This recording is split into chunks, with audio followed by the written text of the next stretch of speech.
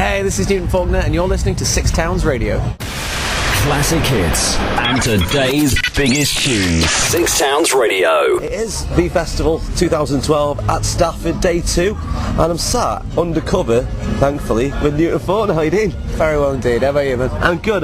It's a shame that it's raining at the moment, but you're not on till 5. I think it's give out a glimmer of hope for 5 o'clock. I'm in a tent as well, so it's actually quite good for me. It brings people in. Yeah. Of course, yeah, that's one good thing about it. So, how was Chelmsford yesterday? Wicked. Yeah. Insanely hot. The polar opposite of this. It was actually having problems with dust. Because it was so hot, and every time a vehicle drove through, there were big clouds of dry dust. Ah, right. It was a wicked day, really fun. It was hot here, hence me wearing the hat, because I just burn. I'm one of the people who just can't go out in direct sunlight. I had to buy a hat yesterday. But it's been 5 years since your first album came out. Has it been a good, comfortable ride? It's been insane, completely mental, like ups and downs all over the place. But really good, definitely more ups than downs. Third album. Yeah, because it was hand-built by robots, then it was rebuilt by humans.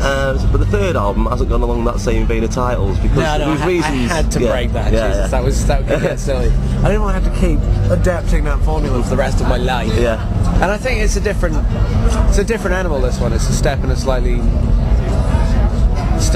different direction. Because it's weird. I feel like I got into the, kind of career-wise, I feel like I got into the right room, but I very much came through the wrong door. So I'm slowly edging towards the door I probably should have come into. It's called Write It On Your Skin. Yes. I don't know why it's called that, so can you please enlighten us? Just stuff happens sometimes. No, it's another way of kind of separating it was naming it after a track on the album. Which I wouldn't have done if it was the first track on the album, because I don't like it when that happens. When you've got the album's got the name, and the name is the name of the first track, then it kind of makes you think that the rest of the album must be rubbish if you do that. So I put it really far down the list. Right, okay. Because usually when an artist comes out, they usually save the best track for the second release. So I can understand sometimes if they come out with the best song and the album's called the same thing, you're probably right. Yeah, it does just suggest that, I'll just get the single then. I can save money here. No, but I am still very much, I'm quite a hardcore album person. I always make things that kind of are to be listened to as a whole. Yeah. I mean, I know it probably makes less sense every week. But I'm not going to stop doing it because it's such a nice thing. I always kind of draw comparisons between almost like kind of TV and the cinema. And for me, like a single is an episode of a TV series, and an album is a film. And it's kind of you need both. Yeah, that's interesting because there is going to be tracks that'll stand out on their own, but as a whole unit, that's probably the best way, especially when you're writing, I think, to obviously think about that. No, I do. I kind of chisel things into shape, and it's probably the most kind of prolific period is when we're kind of halfway through and I know vaguely what we're aiming for, and then because you kind of start seeing holes and seeing kind of tempo gaps, and basically we need a song that has this kind of vibe, and then you can just write 100 songs in that vibe. Relative ease. Relative. You could do, I can remember you did a song called I Hate Mondays. I did, no, that was hilarious. That was a co-write with Harry Connick Jr. and Horns. That was bizarre, and I remember someone emailed me the lyrics, and I read them and I was like, those are ridiculous, good. And then I thought, okay, well I'll sort it out when I get there, because I didn't have time before I left. And I got there and the schedule was so insanely busy that I didn't have any time to work on it.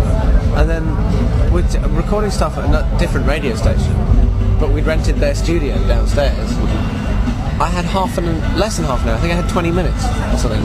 So I basically could play it through twice. I'd never played it before. I actually didn't know what I was going to play. I didn't know it, because I hadn't written the chords yet. So I was literally reading it word for word, making up chords as I went along. I had like the basic chorus structure that Harry Connick Jr. came up with when he first saw the lyric, which is the I hate Mondays thing. So I had that, but the verses were completely up to me. So I basically just made up a whole song And then we used the second take. And it got to number 1 in Australia, didn't and it got to number 1. I was thinking, if I use that theory, I could make 7 albums in a day. Yeah, make loads of albums. Albums all over the place. Yeah, and I just need to get in touch with Bernie Taupin. yeah, he's the man. He's the And then man. just sit there and just make up. Yeah, but for musicians, I don't know. I've always like to think, that's the phrase I'm looking for, that days have got a different feel. You can feel a Sunday, it feels like a Sunday, and a Monday can feel a bit stressy because it's back to work for most people. It's weird, it's that kind of... I'm really aware of it when I'm touring, because you can tell what day of the week it is within 2 songs. Oh, it must be a Tuesday, I see, okay. Let's take that song and move it later. Yeah. Slowly ease them in. Well, it's very strange. In the music business, I suppose, it doesn't really matter because you're not 9 to 5 weekdays. Yeah. You know what I mean? You work weekends. Well, this is a Sunday and we're both working. Yeah, exactly. If you can we call this work? Yeah. That's again using the term very loosely. Very, very. I actually enjoy this. I do enjoy coming to the V Festival every year. V Festival's very fun. Yeah. Great and different lineup. You know, horses for courses. You know, I think they've done really well with the lineup again. That's good and solid. Yeah. So, what are you doing on Tuesday? That's a question I'm going to ask everyone today. What are you doing this Tuesday? I think I've got a gig. I'm playing at the Ivy. Yeah. Doing like I don't know what it's for. I think it's a charity thing. I need to check. You need to check your diary, but yeah, I'm going to ask everyone what they did on Tuesday because I might want to plan something. Now we've got to know each other. Maybe not. But thanks a lot for talking to me today. Pleasure, man. Cheers, mate.